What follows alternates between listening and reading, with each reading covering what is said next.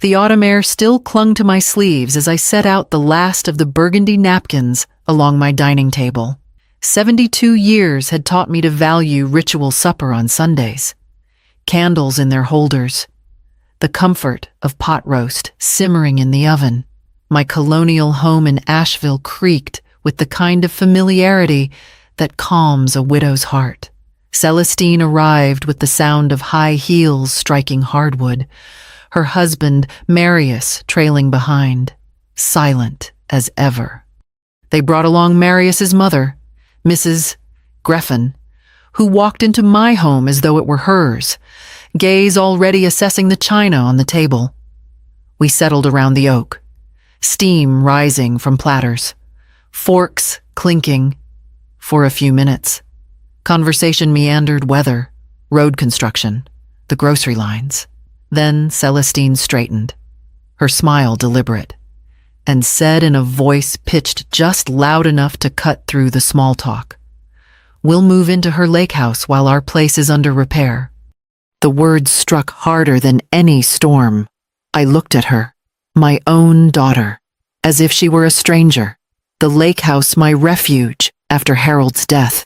The place where I patched my life back together board by board had been claimed without a question, without even the courtesy of a request. Before I could find breath to respond, Mrs. Greffin reached into her handbag and produced a small brass key, twirling it between her fingers like a trophy. "Celestine made me a copy," she said, eyes glittering, so thoughtful of her. I gripped the edge of the table to steady myself. They had not only spoken of it, they had acted, slicing into my life as if I were already gone. The silence at the table thickened until Celestine broke it with a laugh too sharp to be kind. "Mother, don't look so shocked. You've let that house sit empty for years. We'll make good use of it." Unless her eyes narrowed, "You're going to be cruel, cruel." The word hung in the air, heavier than the scent of roast beef. I folded my napkin carefully, each crease a shield, and felt something inside me settle into place.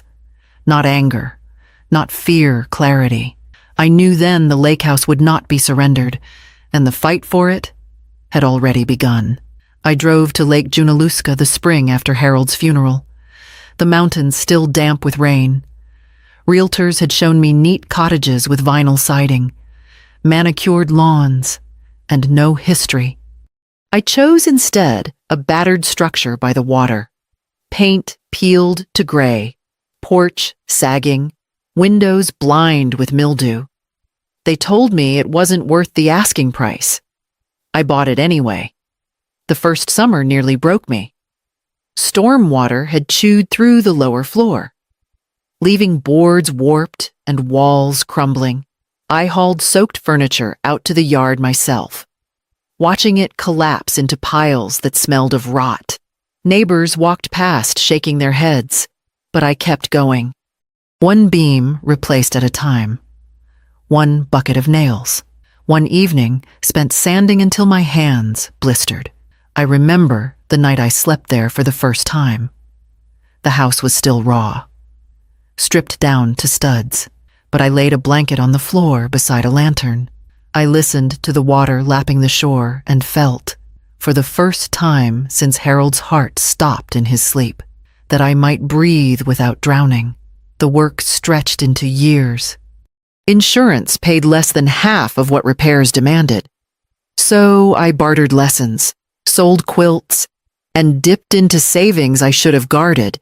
Yet each improvement became a stitch in my healing. The oak floors gleamed again, the porch stood firm, and new windows caught the light of dawn over the lake.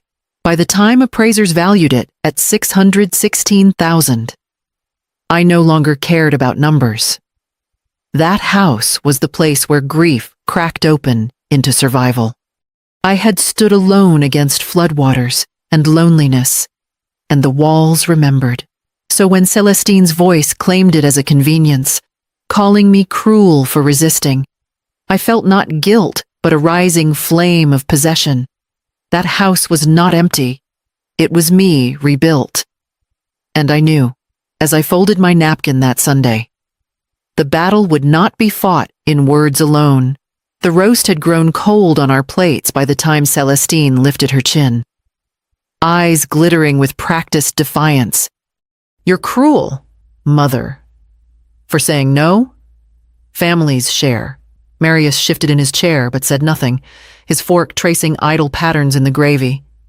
Beside him, Mrs. Greffin gave a slow, deliberate nod, lips pressed in satisfaction as if judgment had already been passed. The weight of their gaze pressed against me like a verdict. I sat very still, hands folded in my lap. Cruel. The word echoed through me, sharper than I expected, but it did not wound as it once would have. For the first time in years, the sting of accusation didn't leave me trembling. Instead, something steady began to rise. Anger without guilt. Flame without smoke. The silence in the room felt staged, like a courtroom waiting for a confession. I let them sit in it, their own voices the only testimony. Above the archway, near the molding I'd painted myself, a discreet red light glowed on the security camera. I had installed the system last winter after a pair of burglaries nearby. Tonight, it served a different purpose. Every word, every insult, every false performance was being captured. Celestine leaned closer, pressing her advantage. "You don't need that house. Mother, you rattle around in this old place while the lakehouse just sits there. Do you really expect 3 children to suffer when you could help her voice carried the tone she used in arguments she always won?" But I no longer bent beneath it. I only folded my napkin again, aligning the corners as if I were preparing evidence of my own. Mrs. Greffin patted Celestine's wrist in approval, as though cruelty had changed definitions while I wasn't looking. I met their eyes, calm and unflinching, knowing the camera preserved every second. The meal limped to its end, dishes clattering half-heartedly, conversation fractured. When I rose to clear the table, my steps were measured, steady, and unafraid. I carried the plates to the sink, certain now that their accusations had given me more than hurt, they had given me proof. After the last dish was washed, and the dining room stood empty again, I leaned against the counter, hands braced, and let memory carry me backward. Harold had been gone 30 years now, his heart giving out in his sleep when Celestine was barely in high school. The morning after his funeral, I folded away my lesson plans and resigned from the small college where I taught literature.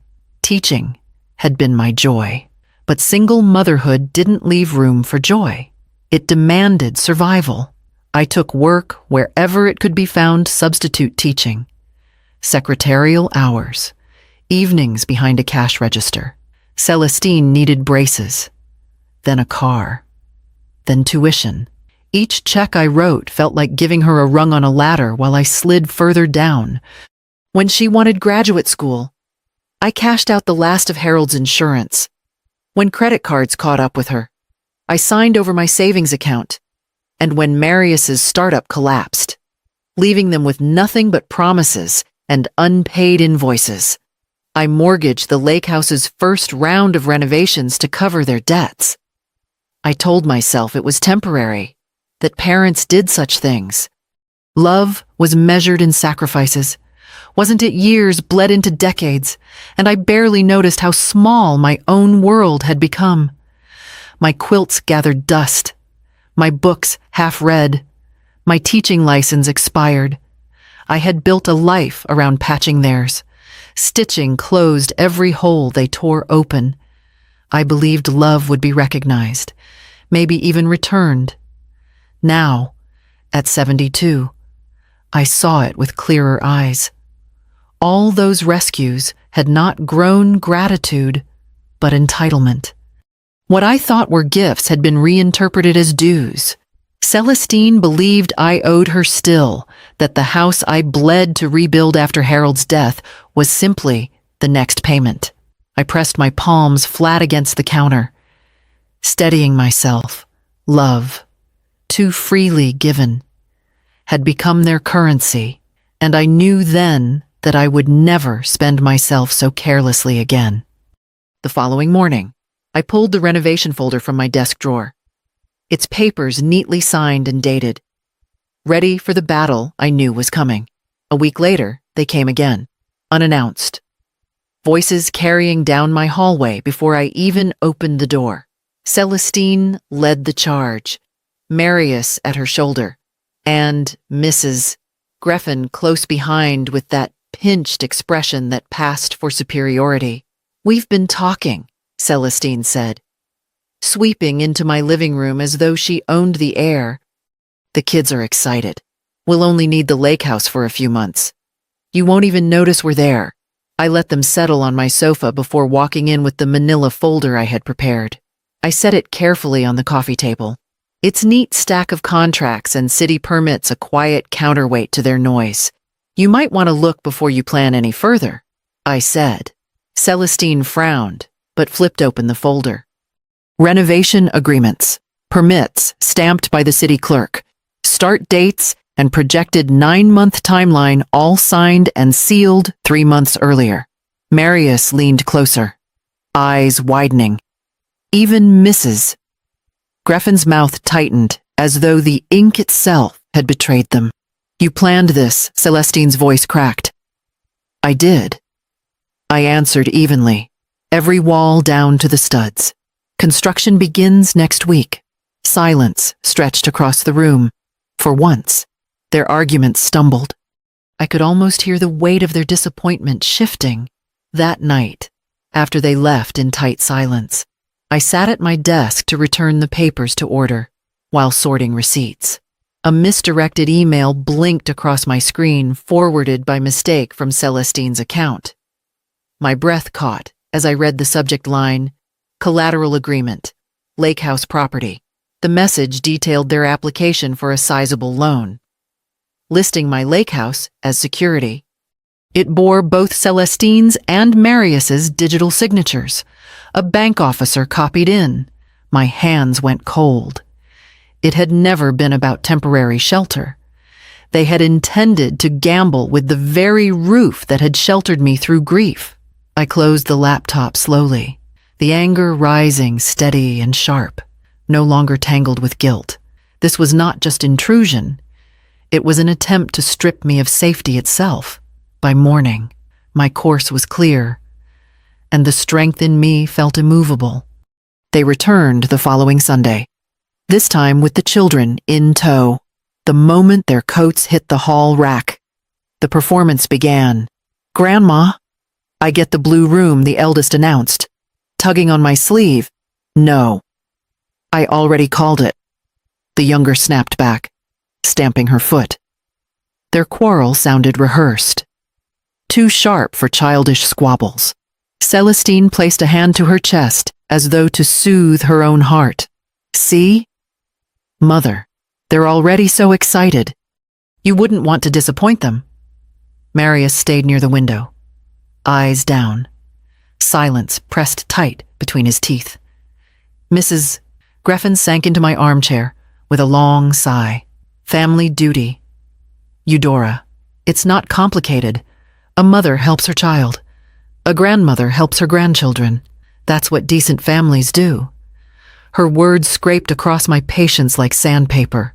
I set down the teapot with care, refusing to let my hands betray the fire I felt inside. When Celestine leaned forward, voice softening into faux concern, I knew the next blow before it landed. "You'll regret this. Mother, when we revise the will, you don't want to be remembered as unkind. In years past, that threat would have unmoored me. Tonight it only steadied me. A clarity, cool and certain, ran through my veins like iron. I looked from daughter to mother-in-law, from silent son-in-law to the children still bickering over rooms they would never have. Harold's voice rose in memory. His favorite saying from the early years of our marriage boundaries, our love spelled in stone. For the first time, I understood it fully. Saying no wasn't cruelty. It was the purest form of care for my home, for myself, for the woman I had fought to become. I folded my hands in my lap and smiled, not in surrender but in quiet defiance. The house would stand, and so would I. When Monday dawned, my phone buzzed with the first alert from the security system I had upgraded just in time. The chime on my phone startled me before sunrise. I reached for it, expecting a weather alert, and instead saw the words, "Unauthorized entry attempt detected lakehouse property." I slipped on my coat and drove the familiar winding road to Lake Junaluska, my hands steady on the wheel despite the rush of adrenaline. By the time I turned onto the gravel drive, a moving truck idled at the edge of the property, its engine rumbling against the quiet morning. Celestine was already at the front steps. Jamming a key into the lock, I stayed back in the car, watching as she twisted harder, confusion spreading across her face. Then the mechanical voice of the new system broke the air. Trespass recorded. Authorities notified. The tone was calm, almost polite, but it landed like a verdict. Celestine jumped back, startled, before spotting the small camera perched beneath the eaves. Her cheeks flamed as she realized she was caught mid-crime. Marius lingered by the truck, his shoulders slumped, not daring to meet her eyes. I watched the scene through my screen as well, each angle captured in crisp footage. Celestine screamed into the lens, a string of words I'd heard too many times, her voice rising in fury rather than shame.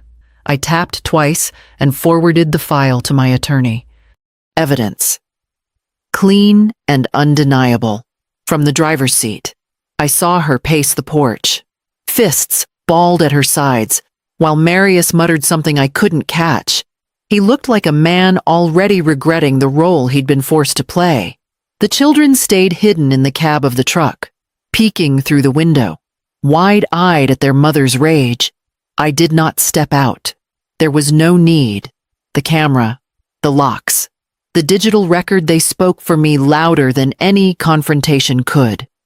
When the truck finally reversed down the lane, spitting gravel in frustration, I let out a long breath. Their performance had ended, and I held the script in my hands. By evening, the footage was stored in 3 places, and the first email from my lawyer arrived with the subject line, "Proceed as planned." 2 days later, I returned from town to find my front yard littered with furniture. Dressers, chairs, even a dining table I recognized from Celestine's house sat crooked on my grass. Legs sinking into the soil, a note scrawled in her hand was taped to the largest piece, "Just until the renovations are done. Family helps family." I stood at the edge of the lawn, taking in the mess. She thought clutter would shame me, that her belongings would weigh me down with inconvenience. What she didn't know was that I had been planning for this, too. An hour later, the truck from Blue Ridge Auction House rumbled into the drive. I greeted the men with a smile and pointed toward the piles. "Everything here." I told them. "You know the arrangement." They loaded each piece with professional efficiency, careful not to scratch the wood. Receipts were signed, photographs taken, documentation secured. By mid-afternoon, my lawn was clear again, the grass bent but breathing. That evening, word spread quickly through town. The auction proceeds, as I had arranged, would be directed to the foster youth program in Waynesville. The director called to thank me, her voice breaking with emotion. "This will furnish the group home for years," she said. By contrast, whispers about Celestine's greed trailed behind me in the market aisles and at the post office. People had seen the movers, seen her furniture carted off, and now they saw the announcement of the donation. Her attempt to burden me had turned into a public blemish on her reputation. When Celestine stormed up my walk that night, her face blotched with fury, She spat the word heirlooms as if I had committed a crime. I only handed her a copy of the receipt, proof of the good her discarded things would do. Her scream carried into the dark, but I closed my door gently, certain the real work of rebuilding would begin at the lake house itself. They came to the lake house on a Thursday, just as the contractors were pulling down the last of the interior walls. I heard their car crunch over the gravel drive, doors slamming with the force of people preparing for battle. My parents climbed the porch steps, faces set like stone. Inside, the house was alive with noise saws buzzing, hammers striking, the air sharp with the scent of pine. Sunlight poured through the exposed beams, scattering across the floor in golden lines. The space looked nothing like the rooms they remembered. It was stripped bare, ready for a future I had chosen. "Eudora, what have you done?" my father shouted over the racket. "You've destroyed it. I'm rebuilding it." I said evenly, "On my terms." Mother clutched his arm, her voice trembling but rehearsed. "Think of Celestine's children. A grandmother should help, not turn them away." Their words landed like echoes from an old script, but I no longer played that part. I stood taller, sawdust clinging to my shoes, and gestured toward the open framework. "This house will never be theirs to claim." My father's mouth thinned into a line. "Then you leave us no choice. When we adjust the will, don't expect anything." I almost laughed. "That's already been done," I said. "This lake house is in a charitable trust, filed months ago. Even when I'm gone, it will remain untouchable for the first time." They faltered. Silence replaced outrage, their eyes darting around the gutted space as though searching for leverage in the beams themselves. But there was none. The law stood stronger than their threats. Above us, sunlight streamed through the rafters, warm and unyielding. I felt it touch my face like a blessing. The house was bare, but it was alive. Just as I was rebuilt from the ground up, I turned back to the foreman, who raised his clipboard expectantly. "Proceed with the next phase," I told him, already hearing the future rising from wood and nails. 6 months later, the lake house stood renewed. Fresh cedar siding gleamed in the morning light, and wide windows framed the shimmer of Lake Junaluska as if the water itself had become part of the walls.